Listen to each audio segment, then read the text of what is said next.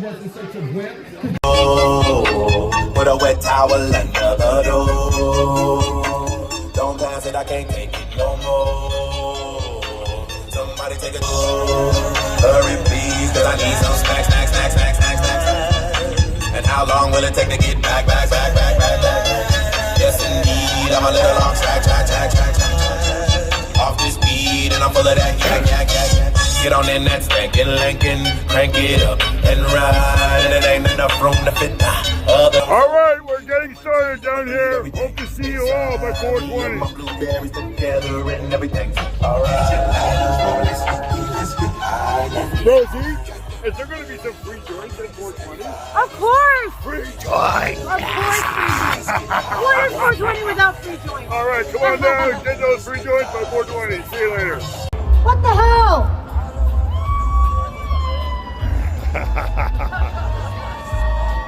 Yeah, that's better. Just getting started. Give us some time. People get off work and they'll head on over here. They either after work, you know, smoky dokey, just like I do, run out the door. Right, Bryn? Okay, so it is noon, and notoriously Neil loved to start at noon. And I'm gonna let Bryn get us started today for this wonderful day and this wonderful event that has been in the making and planning. You know, right after last year's 420 is start planning the next year 420. Because, you know, we got a lot of things we got to do, we got a lot of things we got to say, and we just need to remember that, yeah, we come here on 420, we only really can get away with being here and talking about this cause on this day. But every day, we're still fighting for our own individual rights and our own individual things that we need access to. And yeah, so Bryn's gonna get us started, and I'm terrible. I'm terrible. Thank you, Rosie. Everybody give a good clap for Rosie, please. Yay! Louder! I'll tell you right now, if it wasn't for Rosie, we wouldn't be doing this. Oh yes, you would team be. that she put together, including me. She asked us all to come out and help organize this and put this together so that 420 happened this year. Why are we here? Cannabis is legal. That's what they told us. Can you buy it from the people you want to buy it from? No. Do you know what you're buying when you're buying it from the store? How many people are afraid of the shit they put in the stores? I am. What about the medical people? What about the people who got left behind? What about the people who taught us how to do all this? What about all the pioneers who spent time in jail? Right here. Bullshit. Hey, what about that record I have from 1990? Hello? Yeah, I can hear you. Technical difficulties, we'll get there. We come all the way down here to downtown Vancouver because we want to talk about something that the government won't let us talk to them about. Did you know that I emailed the city 3 times about this protest to talk to them, to try to cooperate? And there was no answer. Did you know that that's a violation of our human rights? That we're being segregated against? That we're being made a visible minority? And that we are being told that we are not worth communicating with? This is your government telling you this. Government sucks! But they can't stop us from gathering. They can't stop us from talking. They can't stop people like Rosie from organizing excellent organizations like this.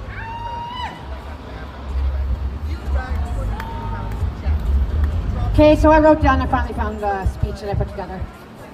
Okay, so today we gather, like pretty much touching on everything you said. We're not here just to celebrate cannabis, but to remember why we fight for it in the first place. Because remember, legalization didn't come from politicians, it didn't come from corporations either. And it came from people who were criminalized, stigmatized, arrested, and erased. And that's why we're here today, right?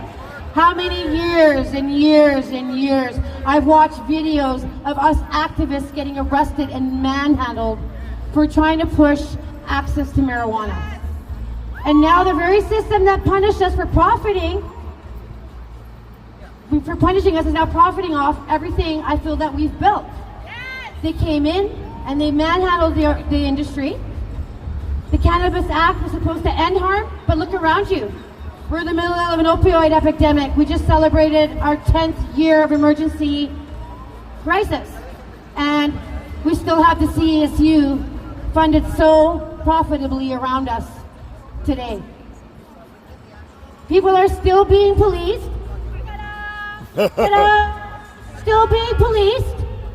Communities are still excluded. And while corporations cash in, people are still dying in an overdose crisis that the system refuses to truly, truly confront. So let's be honest. Legalization became legalization for the rich and by the rich. Yes! And people who understood cannabis the most, the legacy growers, the underground community, the ones who risked everything, were pushed out. But this movement was never just about cannabis. It was about freedom, it was about autonomy, it was about harm reduction, before the term was ever politically convenient.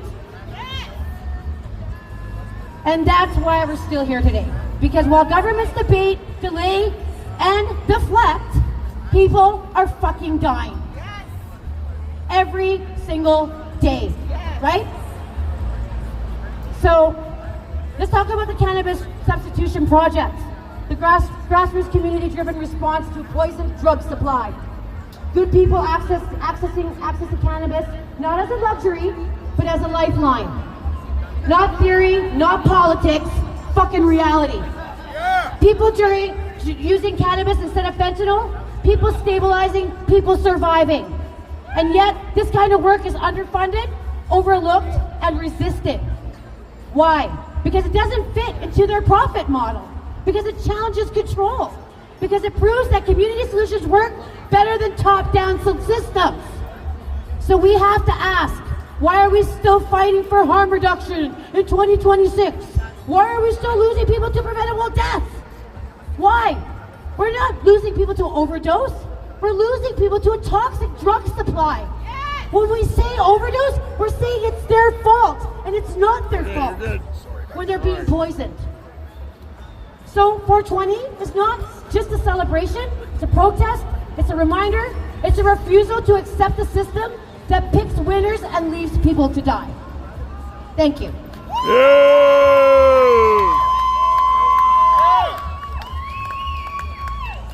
Can you feel the passion in her voice? Yes.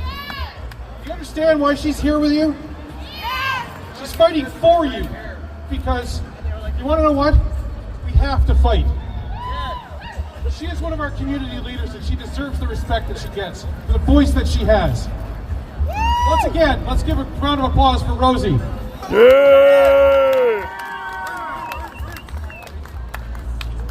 Right. Well, today is 420 Day in Vancouver. Let's hear it. So, you know, every year we try to gather people together, not just for recreational, to learn about medicinal. So I encourage you people to text them, Facebook, Messenger, and get people to come out.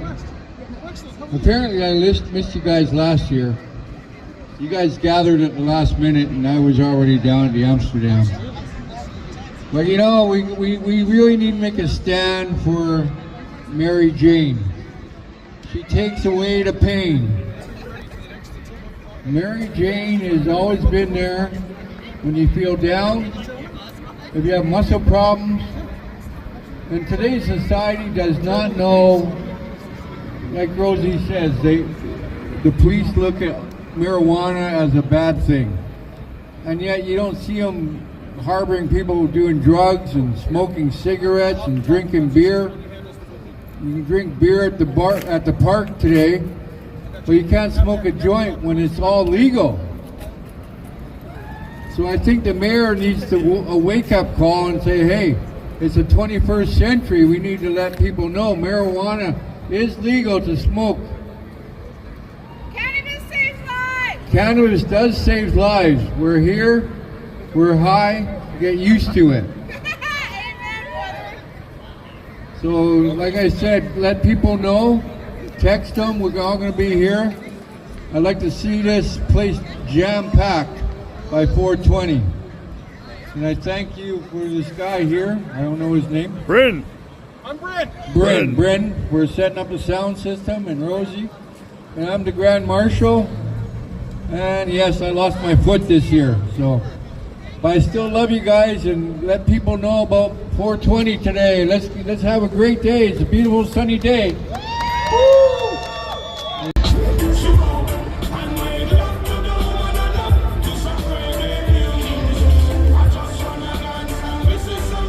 Alright, just pretend your feet are in cement, okay? Because I'm going to walk up next to you, alright?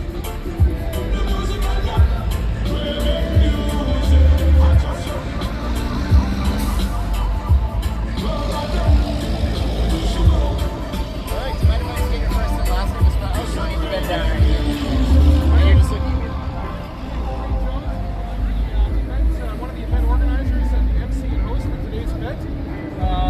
Not from Vancouver, from Kelowna, but big part of the scene. And I'm here to help organize and keep things going. And glad to have everybody down. What's the name of the, and I'll get you to lead back to where you were. I just have to, sorry. One-man show today. That's all right. I'm a one-man show too. No, not that much. More this way. Yeah, that's good. Right there. Tiny bit more. Tiny bit more. Yeah, that's good. Okay.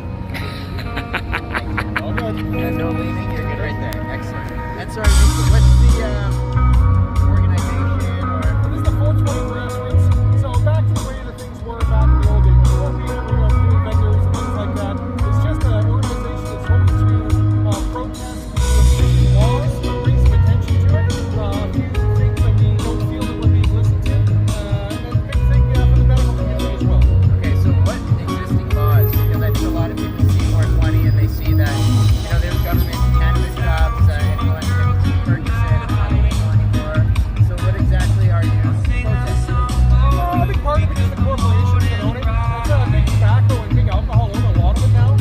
British North American Tobacco, Constellation Brands, companies that we always thought of as bad, as you know, being tobacco, big alcohol, things like that. Now they're heavily entrenched, and the regulations seem to have been designed to help those companies and not the people, especially the medical side. The medical side is the big one. Yeah, you can go buy cannabis, but you can't buy cannabis as a medicine as readily as you used to be able to. Really? Okay. What about the government shops? Are you like is that's not owned by big Well, the companies that are producing cannabis are. So, and the government shops are like private liquor stores or private convenience stores that are selling cigarettes. They're just independent operators. There's nothing against them. All the business too, and all the hopes to be the entrepreneurs. That's what we want. But we want them to be able to sell good cannabis. We want them to be able to sell products that's helpful to the people. We want them to be able to sell medicines to not only the people. The crowd, I mean, not a huge crowd yet, not that we've seen, you know, in the last 10 years or so. Are you kind of anticipating that at this point just because, you know, it is legal now and different circumstances to what it was, you know, 8 years ago? Well, the story's different too. A lot of people are content with the access that they have. Some people aren't. So we will have people come down and we'll have the smoke out. At the very least, we'll have a community event. As for the numbers, we had good numbers last year. We expect that by the time 420 rolls around, we'll have some good numbers this year. Okay, great. I think that's pretty much all I need. Anything you'd like to add? No, just come on down. You know, even if it's not your thing, come down and see how a protest is done. So one of the big things I want to announce is we have this city czar for protests and a whole department for that. I contacted that department 3 separate times and we got no response. That's actually a violation of our rights. So I mean, they could tell us that they didn't want it. We could have had that discussion, but not answering us, that's a violation. I'm not familiar with. So you went there to kind of register as a protest? Yeah, I contacted They the. bring it back to you? Well, they wouldn't So even is contact. this like a sanctioned event or? Well, no, it's a protest, but in Vancouver they have a department and they have a czar for protests, and this open thing that you're supposed to be able to contact them. Yeah. But if I contacted them about this event, introduced who I was, and no reply back 3 times over 6 months, that's discrimination. Yeah, well, I mean, I guess it would only really be an issue if they were to shut you down or anything. So far, you haven't heard anything from me. It's kind of business as usual. We'll see how it plays out. Perhaps this is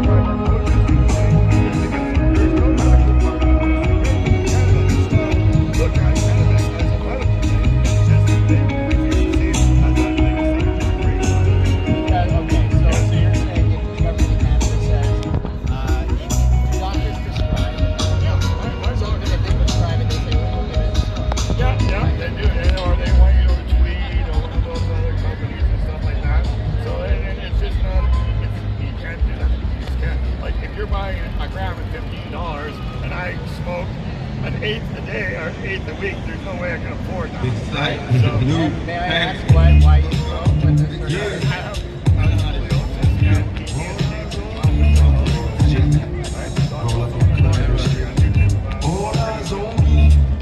So it helps you a lot? Oh yeah, 46 years. And my brain is fried. Okay. Well, I bet you got it. Yeah, stay right there.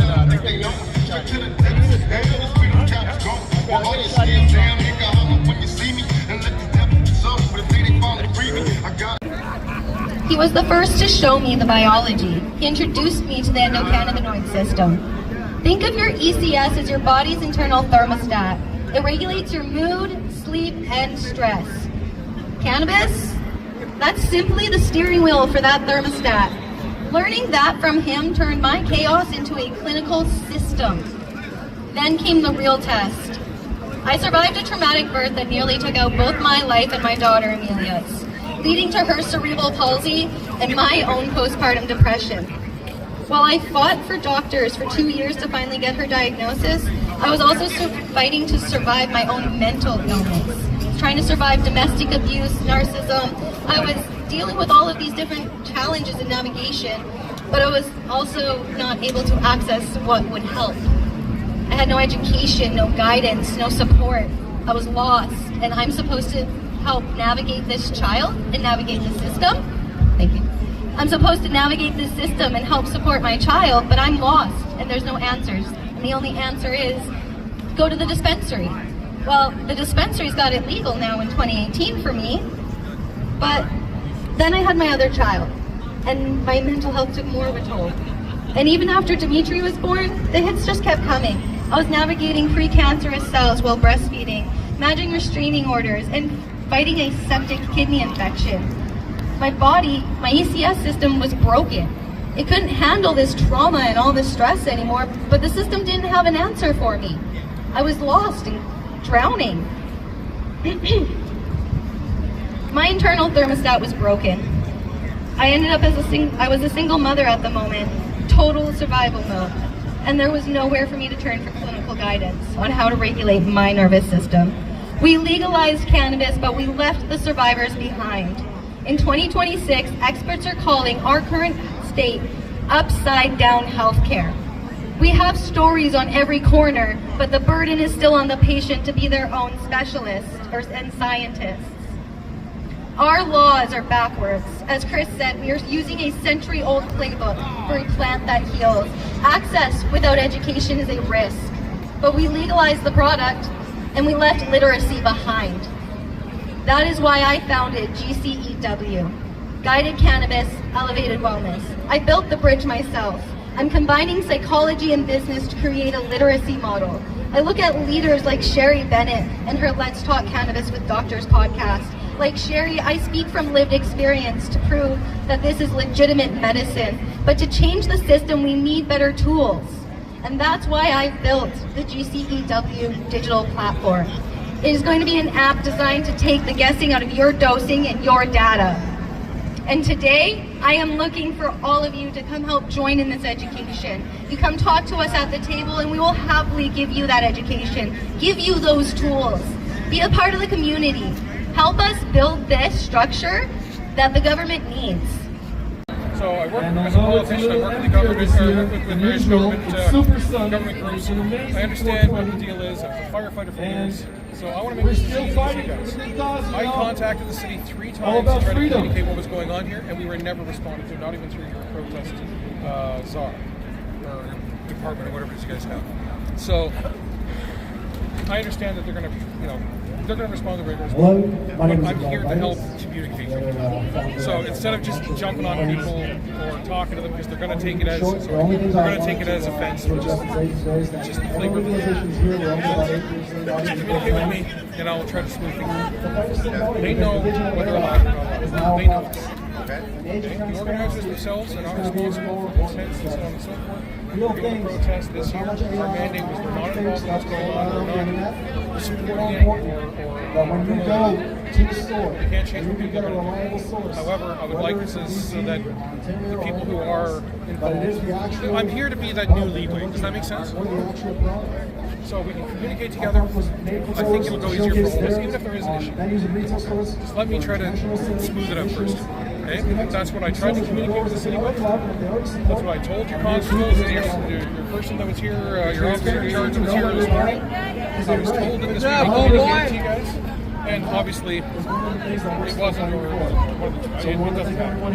But I just want to explain who I am, why I'm here, why they brought me. Check us out on Instagram as well. So that I'm the outside voice that we can have a reasonable conversation. Hopefully we'll be seeing a lot of you as well.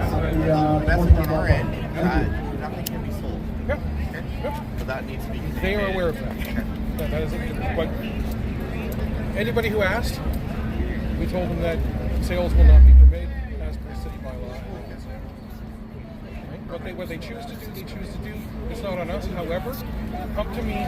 Let's work at this together so that we just don't have a bunch of upset. We're coming to you and we're like, I'll see if you then. If there's a future, if you feel like someone's pushed the limit too much, just talk to me first. Maybe we can get it dealt with. Maybe we can get it cleaned up. Who knows? But I don't want somebody yelling and screaming at you guys. Been sipping, no blunt smoking, bad bitch getting big and she got some friends with her. I take them out, pour shots of liquor, drinking out. 20. I represent the Vancouver CSP, which is the RV that Neil had for many years until he passed. I was Neil Magnuson's last hire. I'm just going to speak from the heart what the CSP is. We give out about 500 doobies daily for free to the people on the downtown east side, and we're low barrier access to cannabis, which you've heard everyone speak about today. You know, you've heard Rosie speak and Glenn. They pretty well said it all. So I'm not going to say very much. I'm just going to talk about Neil Magnuson. So anyways, Neil used to be at these events for like almost 2 decades singing "Oh Cannabis" and all these things, and we became Neil's baker after he had a bad baker, me and my wife over here. And so we were baking for the CSP for quite some time, and then, you know, Neil was sick. So, you know, that was the sad thing, is watching someone you just get to know, you know, die of esophageal cancer. This is why cannabis is so important. It helps treatment when you go through it, man. Right? RSO is proven, right, to help while you go through these burning treatments cancer provides us as a treatment. But back to Neil.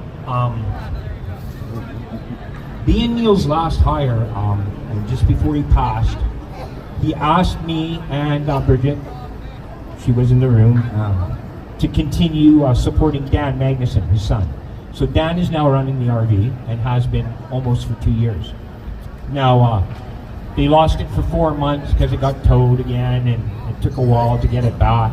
Because a lot of people who supported Neil and the CSP kind of went away after Neil passed. So I'm also here to say, hey, we're still there.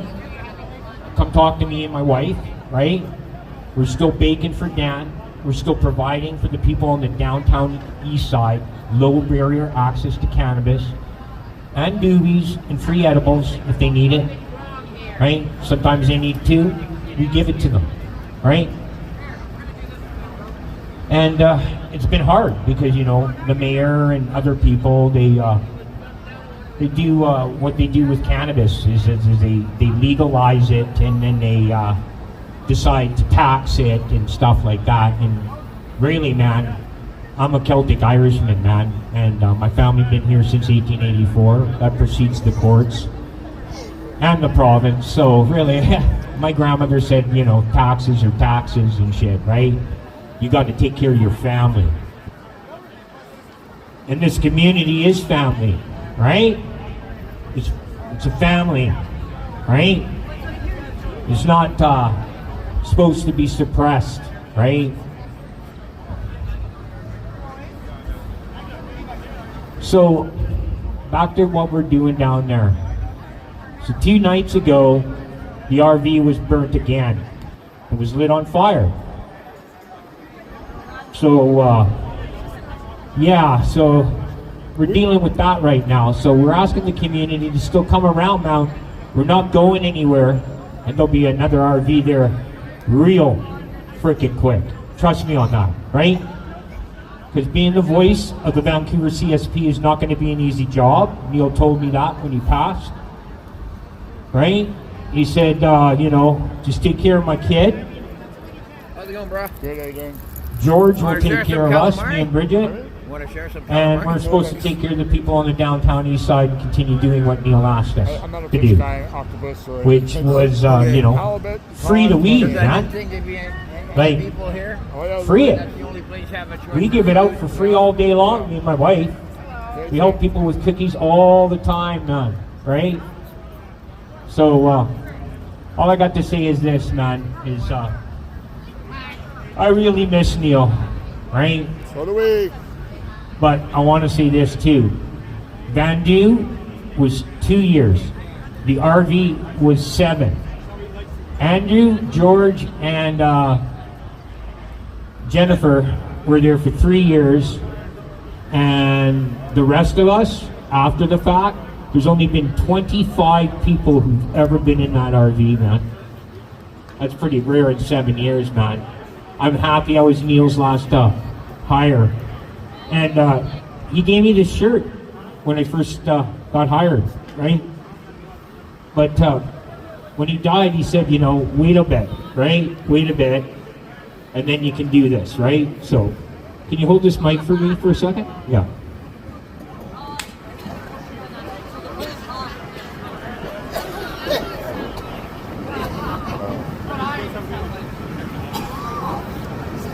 Hey, This is a piece of history, guys. This is a moment of honoring a fallen hero.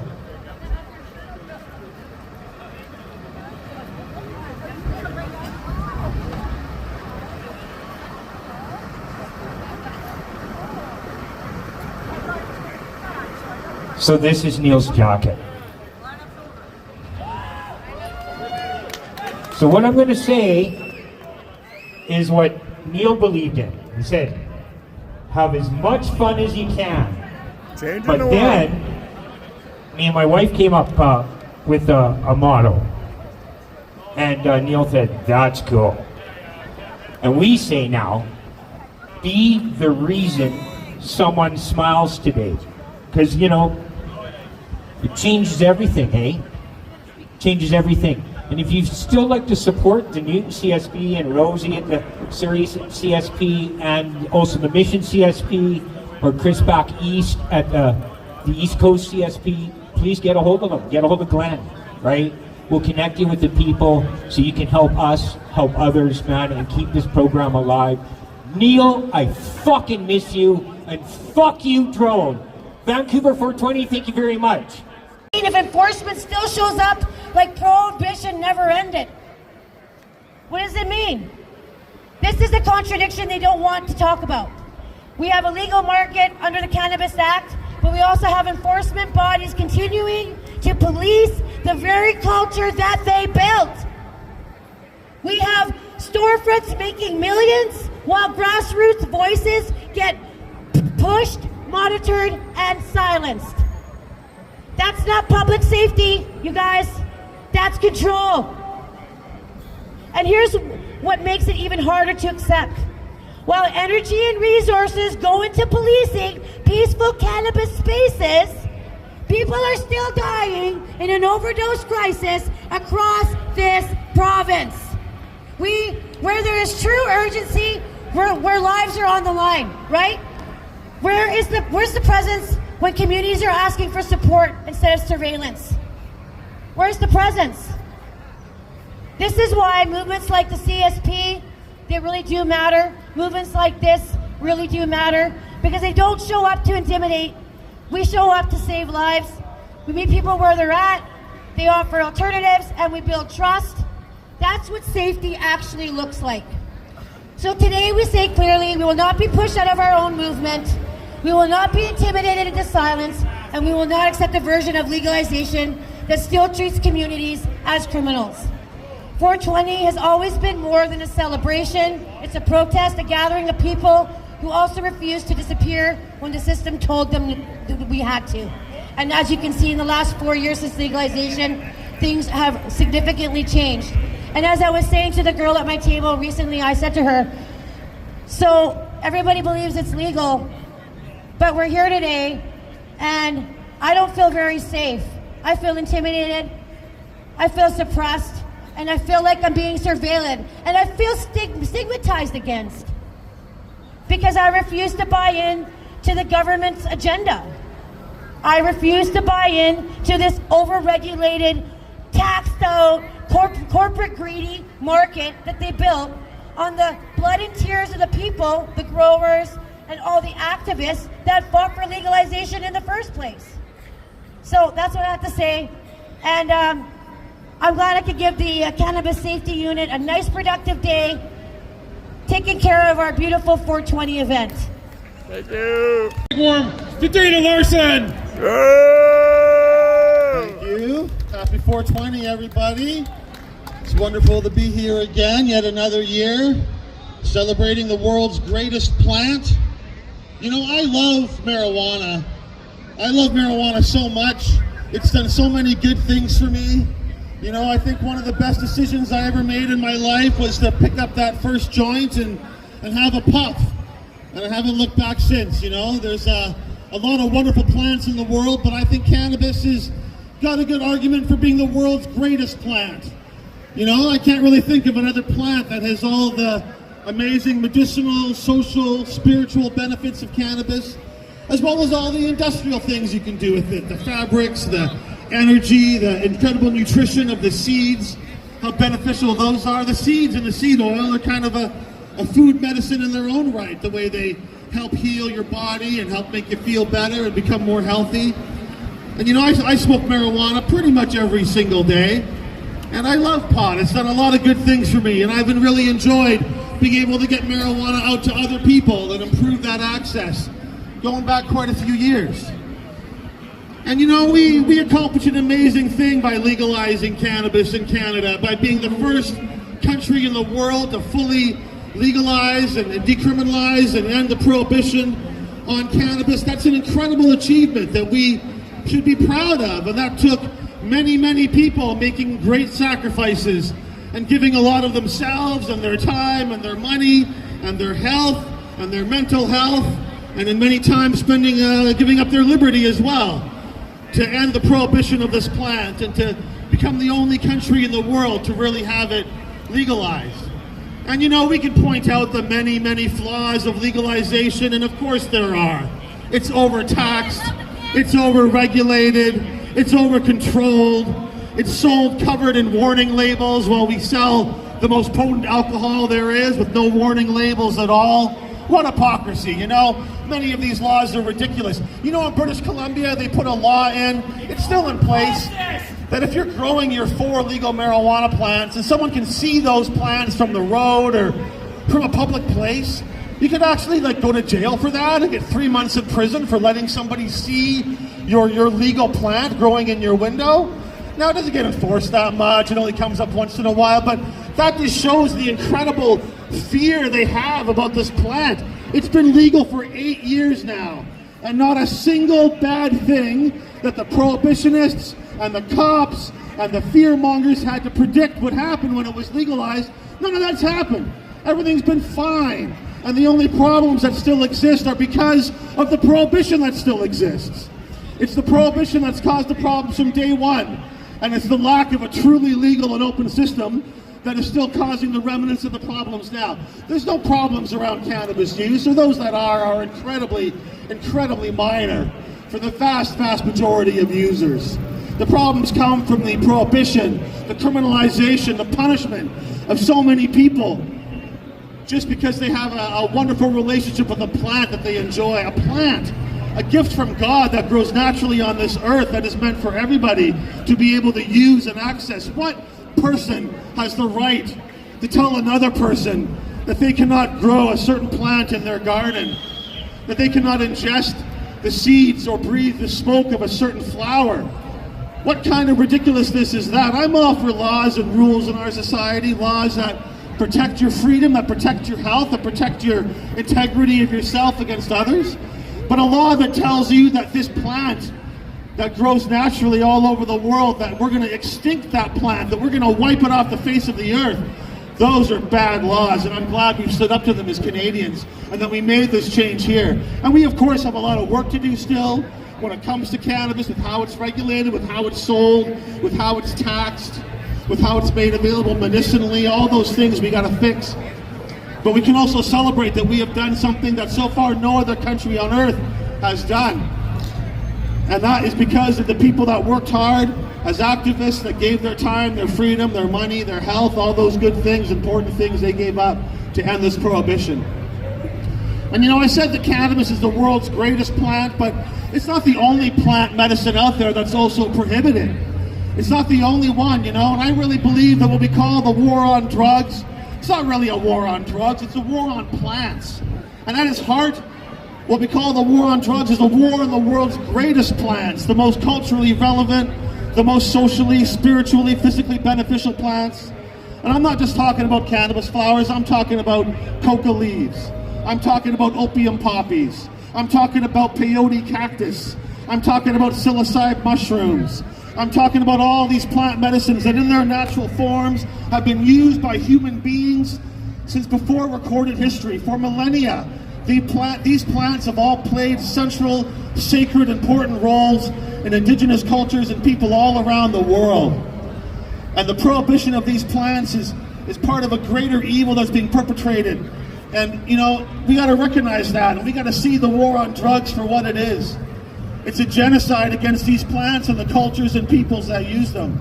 And we feel this all around the world. And the war is not a metaphor. This is a very real war. You know, and we see the victims on our own street with our overdose death crisis that's been going on for far, far too many years in our cities and many others. But it's also a war in the poppy fields of Afghanistan and the coca fields of Colombia, the cartels in Mexico. You want to get rid of those cartels? You want to see the world become more peaceful than ever before? End the fucking war on drugs, and we will see that happen. You know, every single thing they predicted bad would happen when cannabis was legalized. Now one of those things has happened. And I tell you, when we finally come to our senses as a species, and when governments around the world finally end this ridiculous genocidal prohibition, this ridiculous war on drugs, we will see a lot of good things happen. We will see overdoses and drug poisonings dropped to near zero. We will see the cartels and the gangsters lose their power, lose their threats almost immediately. They exist in the same way that the Al Capone existed in the past, when we saw mass overdose deaths from alcohol, from methyl alcohol poisoning, when we saw cartels and gangs controlling the alcohol trade. And we saw that happen within just a few years when alcohol prohibition began. Everything changed. Everything got way worse. Was there problems with alcohol use beforehand? Absolutely. Did alcohol prohibition fix a damn thing? No. It made every single thing worse. And it led to all the same problems we see now. Increased public use, increased deaths among users, violence, corruption of police, corruption of politicians. And when we ended alcohol prohibition, those things all stopped for the most part. And things became a lot better. Like I said, are there still problems with alcohol consumption? Absolutely. But we don't solve those problems with prohibition, with punishment, with criminalization. We learned our lesson there, but we have not applied that to the rest of the world's greatest plans. So, you know, we've accomplished a lot in this movement. I started writing letters to the government complaining about the war on drugs when I was 18, back in, I don't know, 1989 or something. And I've been doing something about the war on drugs pretty much every single day of my adult life. And you know, if you're here, it's because you love marijuana as much as I do, you know? I gotta believe that you love cannabis just as much as me. That's why you're here. So let's complete our mission. Let's complete the job. Let's legalize and liberate all the world's medicinal plants. Let's see an end to this genocidal prohibition. Let's fix cannabis prohibition so it works the way it should work. Let's take the good that we got and keep that. Let's take the bad parts of legalization and fix them, make it better. Let's make Canada a true example around the world where other countries can see the success, they can see how beneficial legalization is. Let's end the war on drugs, let's end the war on plants. Thank you so much for being here, for joining us all today in celebration on 420, this wonderful, beautiful, special day. I'm going to be sitting in the back there smoking some joints. I've been giving out cookies and joints today to anybody who wants one. So if you want to come by and say hi, H-I-G-H, come by and say hi. You're welcome to do so. Thank you again for being here and for joining me and everyone else here in our mission together. We're gonna end the war on drugs in our lifetimes. We're not gonna pass this down to our children and grandchildren. We got half the job done with legalizing cannabis. Let's get the rest of the job done. Let's end the war on plants. Let's have freedom so our children and our grandchildren, like the kids who are growing up now who never really knew cannabis prohibition, to whom it seems weird that when you tell them about the old days of how cannabis was illegal, it seems strange and weird to them. Let's make it so the whole war on drugs seems strange and weird and an ignorant thing of the past to the future generations, right? Let them look back and go, holy fuck, you had all these problems and all these things happening? That seems alien because now we have drug peace instead of drug war. That's what I want to see. That's what I want to pass down to my kids. I want them to live in a world of drug peace and plant peace and not drug war and plant war. Thank you very much for being here today. How everybody doing today? Good. My name's Jeff Lundstrom, and if you've never heard me speak before, I'm from the prairies. I come from Saskatoon, Saskatchewan, and I've been out to these events many times. I've been an activist almost 20 years now, cannabis patient, and yeah, I've taken the last 3 years kind of off a little bit just to refocus, and now I've branded, and we're starting something new. I bought 7 acres in the middle of the prairies, and we're opening up a cannabis retreat center for healing from cancer treatments and all types of treatments. So friends, thank you for being here today. As we stand here today because something is wrong in this country. Canada loves to brag about legalizing cannabis. Politicians pat themselves on the back, corporations celebrate profits, headlines call it a success story. But for medical cannabis patients, legalization didn't feel like progress, it felt like an abandonment. Try and light this joint while I do this speech.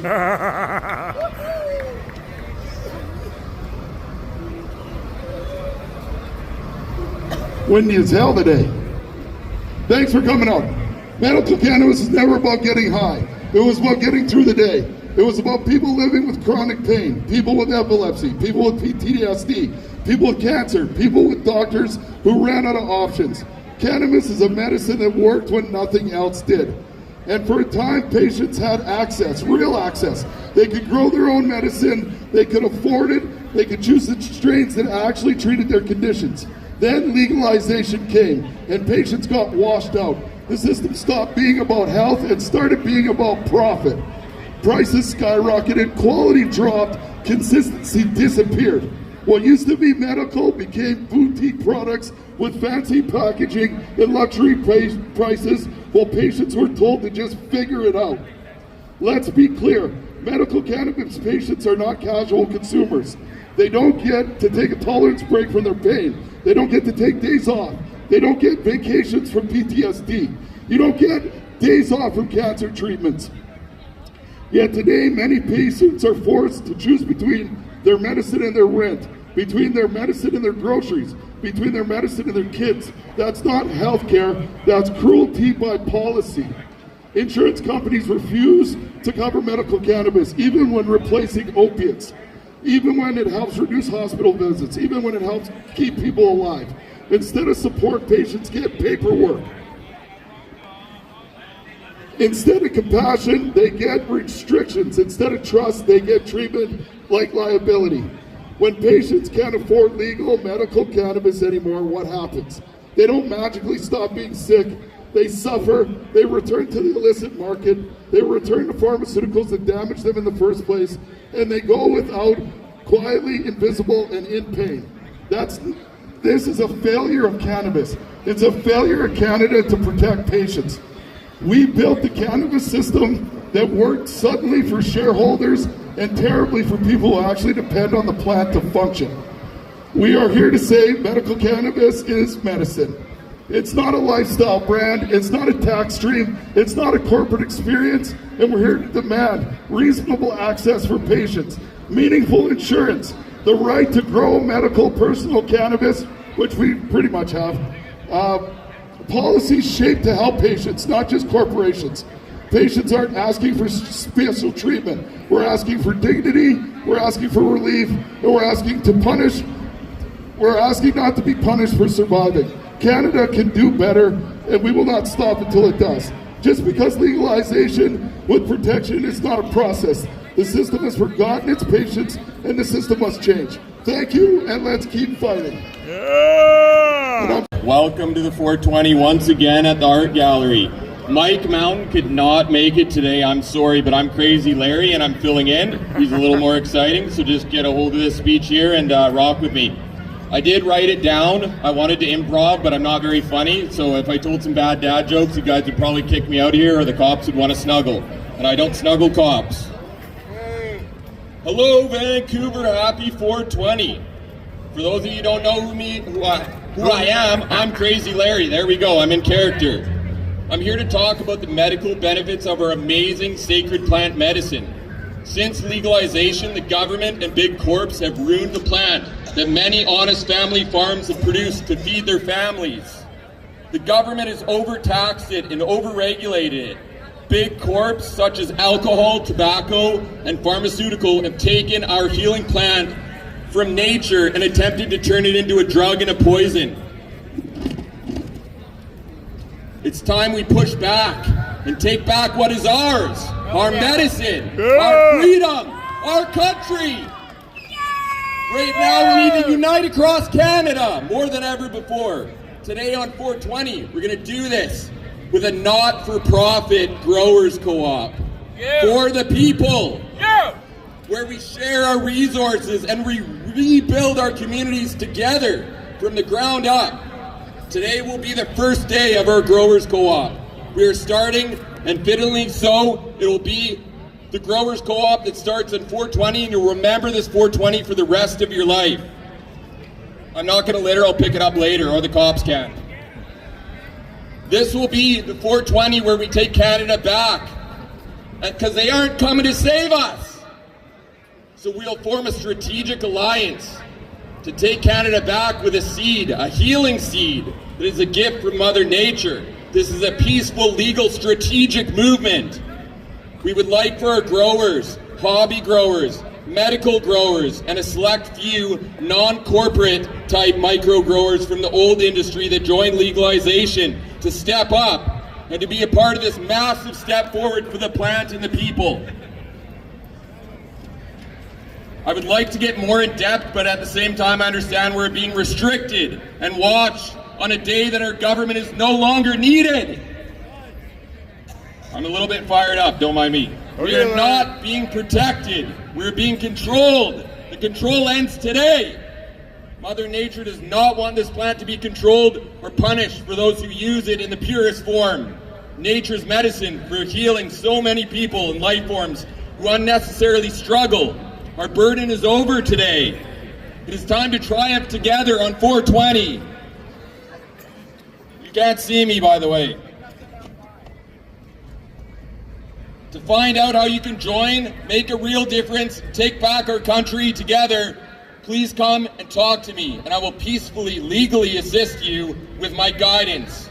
You no longer have to feel controlled or burdened by the toxic corporations, government, and people do not serve and protect your best interest. Kind regards always, Crazy Larry, and I got one more thing for you. Thank you for bearing with me. Normally I wouldn't be shaky, but I'm a little bit pissed off about the eye in the sky and these dickheads in vests. And with all due respect, no government employees are permitted to join. No silly goose games will be permitted. And that includes entrapment or sabotage. We'll be allowing people to barter and share resources legally with no intent to monetize. We do, however, encourage the government to contribute grant money to our non-malicious, legal, not-for-profit growers co-op. Thank you again, Larry. How is everybody today? 420, 2026, say yes! Woo! Yeah! Freedom, right? We're allowed to smoke weed legally now. That's just fucking amazing. I've been coming down here for over 25 years plus. We've been coming down here fighting for our rights for cannabis patients, for legal rights of cannabis now. Well, for me, I'm 54. When I was 16 years old, you guys want to hear a story? You want to hear a story? You guys 16 years old? What you write, you invite in life. Let me tell you something that's really good. What you write, you invite. So write this down. When I told my dad when I was 16 years old, when I was 50, I was going to grow weed legally.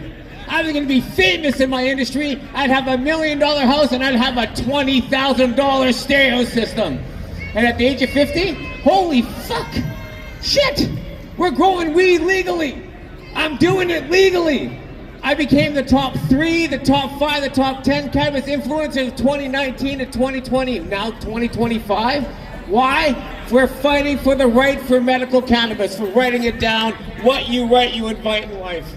Everything you have and everything you ever want, you possess in life, you got to see it first, and we said that. We fought for it, and that's why we're here today. Okay, you can write what you write in life because you're loving this, because what you write, you invite. What do you want to have in your life? You know what?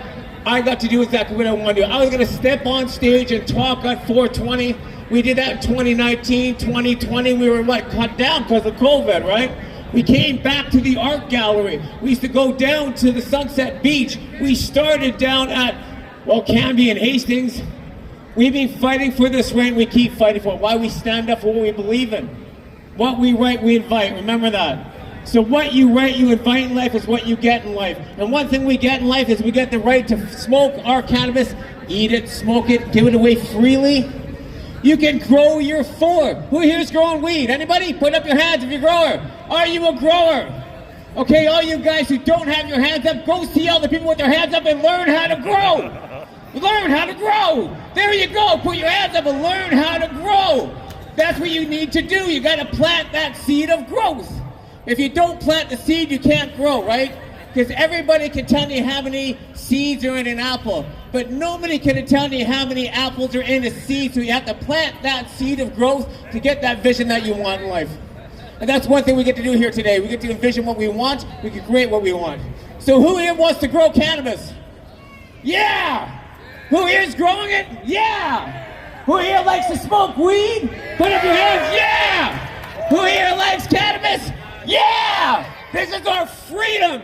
You can grow your own in Canada. So if you're not growing it, teach it to somebody. And if you want to grow, learn it from somebody. So who here wants to grow? Put up their hands. Who here is going to grow their life? Yes, what strain are you going to grow? Tell somebody.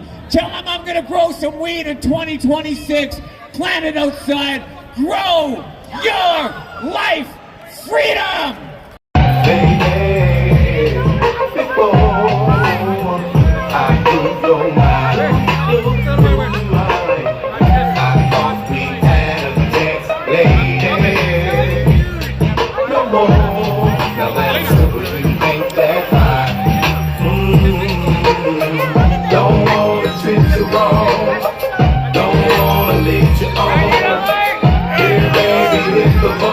While the West Coast rolls along, we still making gangsta deals, we still jocking gangsta deals. Damn girl, you think this is somebody wanna get this deal? I got these freaky hoes clapping they hands, stomping their feet. Every now and then they put their mouth on me. Nowadays a G like me can't even call it a 23-year-old pussy feeding freakaholic. Pimpin' bitches on the regular, I put that on the G. A hustler and a player, nowadays it pays to be. Let me drop some shit about this bitch I used to know. We got a 1 minute warning. 1 minute warning, guys. 1 minute warning.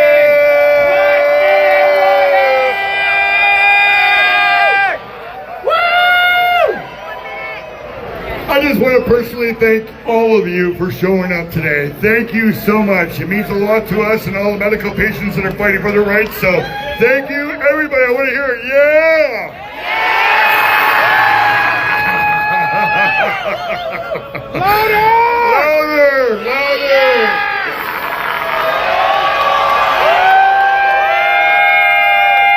Let's make them hear us in Toronto. Yeah!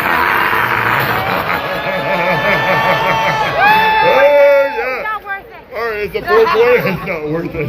I do believe it's 420. Is it 420? Yeah! Alright, let's do it. Happy 420, Vancouver! 2026. 420! Now, I believe some of you guys have the words that we're about to sing the song. So if you got the words, pull them out now. We're going to start singing Oh Cannabis, and you guys can join in, all right? Are you ready? I'm ready. I need one. or somebody can hold this for me. Are you guys ready for the old cannabis? All right.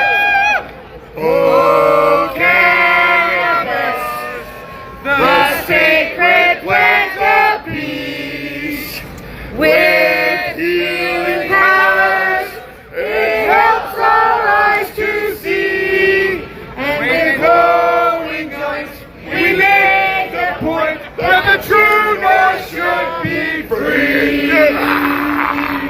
And with blood red eyes, We criticize the war against our family. God keep our stash from the police. Oh, cannabis, we stand here high and proud for thee. Oh, cannabis, the sacred plant of peace.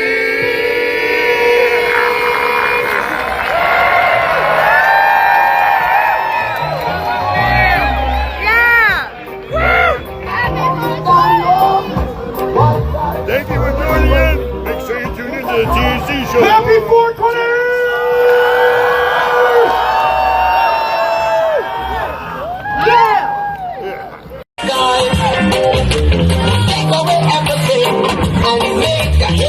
If you got the words, pull them out now.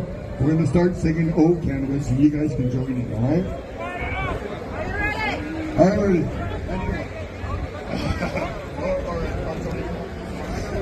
Are you guys ready for the old cannabis? Oh, cannabis, the sacred plant of peace. With healing powers, it helps our eyes to see. And with glowing joints, we make the point that the true north should be free. And with blood red eyes, we criticize the war against our family. God keep our stash from the police. Oh, cannabis, we stand here high and proud for thee. Oh, cannabis, the sacred plant of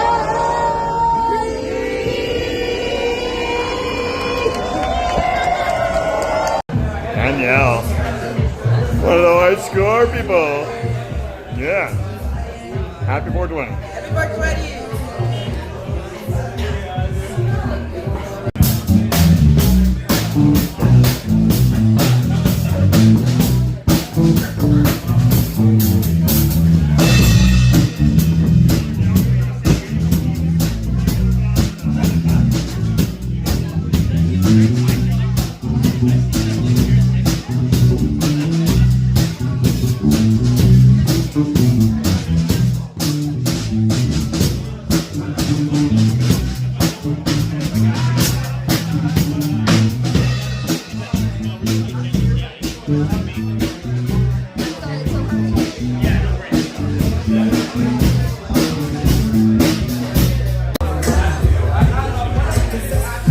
Hey!